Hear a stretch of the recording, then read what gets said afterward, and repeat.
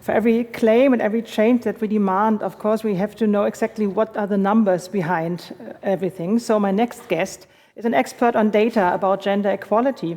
She works for the Global Union, Media, Entertainment and Arts, UNI MEI, and published the handbook and study Achieving Gender Equality and Promoting Diversity in the European Audiovisual Sector. She's exactly what we need. Please welcome Daphne Tepper. Hi, Jenny. Hi. You hear me? Yes. Hi. Yeah, thank you for being here. Maybe you can give us the steps to the framework you have been set for your handbook as a start. Yes, the handbook on good practices in the field of gender equality and diversity in the European audiovisual framework was prepared in the context of a European partnership carried out by a number of important stakeholders in the film and broadcasting industry. And it was the follow-up of an agreement, an EU framework of action on gender equality that was concluded by those organizations in 2011. So namely employers' organization, public and private broadcasters, as well as producers, and then representative organizations of the professionals working in the sector, actors, technicians, journalists. And so several years after adopting this document, they decided to go back to the question, monitor the developments in the field, and explore also the question of diversity. So they implemented a research for several years on the situation across Europe, particularly off-screen. They surveyed, they interviewed their members, and then the outcomes of this research was published in this handbook. And the whole process received the support of the European Commission, and it will feed the work of the European social partners on the topic of equality and diversity in the years to come. And why is the knowledge about data so important for gender equality, in your opinion? Because what you do not see does not exist. And an important conclusion of our research was that the awareness, even among sector professionals, about the imbalance in women representation and the discriminations against women in the industry was still way too low. And that when starting conversations about the issue, we always had to start with data and numbers to turn that perception around. And when we showed the data available of women in key artistic positions, of women across the entire workforce, of the gender pay gap, when numbers were available, numbers that are most of the time very shocking, the sense of urgency came back and we could enter a constructive discussion. And also, as Susan said, data is also key to achieve any progress, because we have realized that if actions and strategy had already been worked on and adopted in the sector for around a decade, achievements were in general way too timid and not monitored closely enough. And in many situations, it was as if the adoption of the strategy was seen as the key action and that nothing else had to be implemented afterwards. But we know that adopting a strategy is actually the starting point, and only if you have targets and a regular monitoring and a regular reporting process will progress be achieved. Mm-hmm. So what, in your experience, what helps to ensure that gender equality is not played off against diversity? I believe that gender equality and diversity strategies and action plans should be implemented in parallel, with some important elements that they share, with a lot of important synergies, but also with the need to clearly distinguish targets and evaluation process. The synergies, they are obvious. I believe that gender equality and diversity, they have the same premises. When we look at ourselves as an industry, as a workforce, and as a producer of content, we realize that we still don't reflect fully our societies. And so therefore working on bringing more women in the sector, but also ensuring a greater variety of profiles and backgrounds of those women. And if we don't do that, we would dramatically miss an opportunity to implement change. There are also a lot of important synergies when you implement change and new processes that promote equality, that can also help bring in more people from different backgrounds and with more diverse profiles. The intersectionality and the double and sometimes triple forms of discrimination suffered by some individuals are also, of course, to be taken into account at all times when developing equality and diversity strategies. However, I also think that it's important to keep the actions on parallel and separated tracks, because indeed there is a risk to see the topic of gender equality eclipsed or downplayed by the one of diversity. In many countries, diversity targets are difficult or cannot be established, but gender equality ones can be. So we should make sure both strategies don't compete with each other, but on the opposite, that they reinforce each other. You researched a long time for your book. You said that already earlier. What surprised you on this research the most? It was mentioned before, it was the very unequal situation in the different EU countries. Some countries are already very advanced in collecting data, in adopting strategy, while others still have almost nothing in place. But also this is changing. You can see a push in many countries, and that will hopefully take the form of more concrete actions in the years to come. Also, what surprised me is the diversity of ways the Me Too movement has received and impacted the audiovisual sectors and societies in the different EU countries.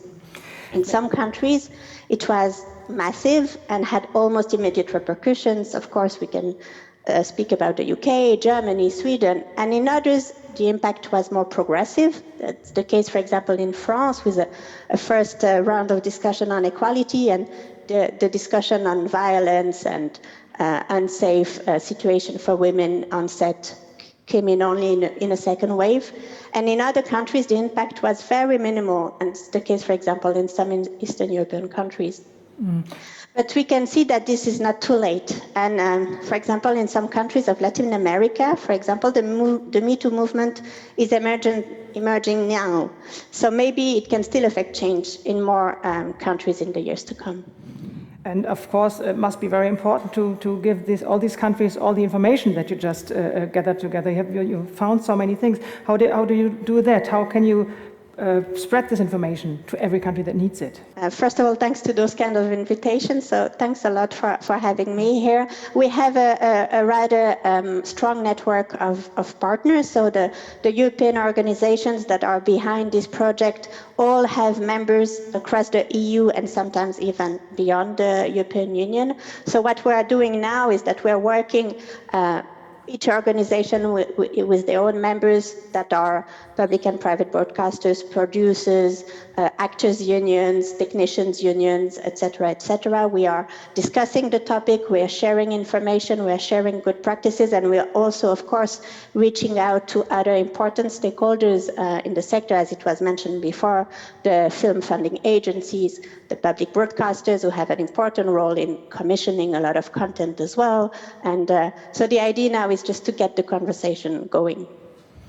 And we had that a little bit earlier. Would you say that laws and regulations, for example, questionnaires about gender and diversity before you get the funding for a film or something like that, can it help, things like this? Yeah, I believe they are extremely important and necessary because they serve the purpose of changing the industry long term and changing minds and processes, because it's always easier to get back to the way we always used to work, to not challenge the status quo. Bringing in more diverse profiles in our workforce and more diverse stories on our screens, it demands an effort and new types of actions, and actions that are in general not sustained in the long term if there is not an obligation to do so.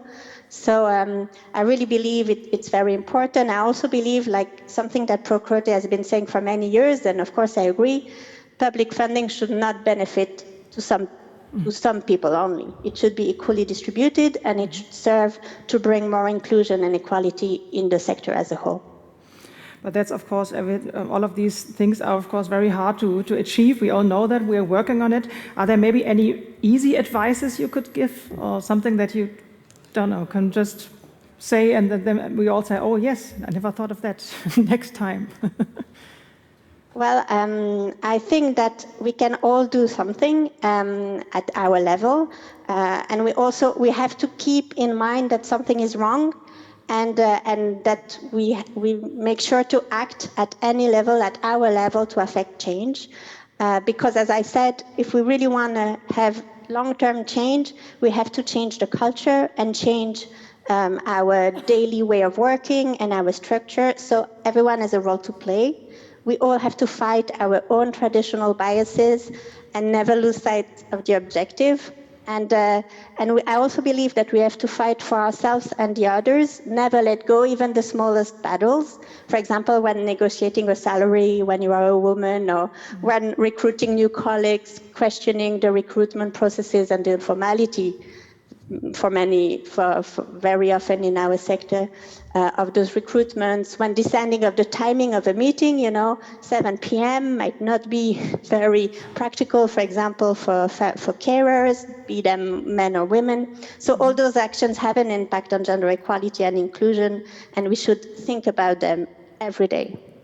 And on a very active level, some kind of, I don't know, what do you think about activism? What can we really do, not only wish it, but really go somewhere and do something? I think activism starts in your own workplace. So not letting go of, of biases, of prejudice, even the ones that you think at the more low level ones when you see them.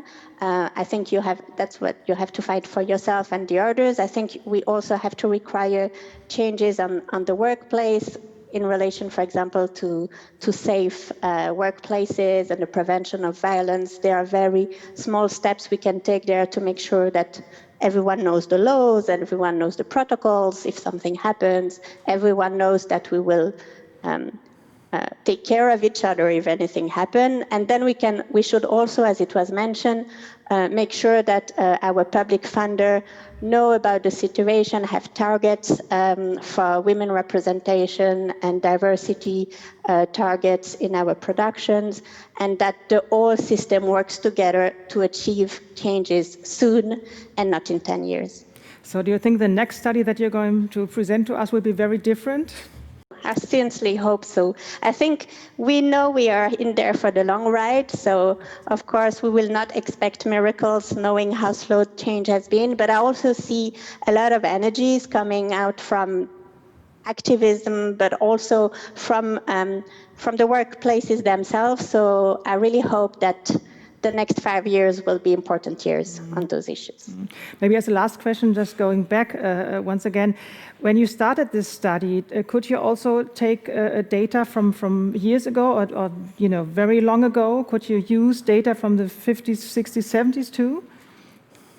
It was very difficult because one of the conclusions of the study is that as it was said before, to achieve change, you have to monitor progress, you have to have data that you can compare, and this whole exercise started very, not a long time ago. So it was very difficult for us to get data, to have a perspective on the issue. But I really think that is something that will change, that now there is a commitment from a lot of stakeholders to actually collect this data and make sure that we have a view on the situation. So hopefully, if you invite me again in 10 years, I'll be able to tell you that it changed for the better.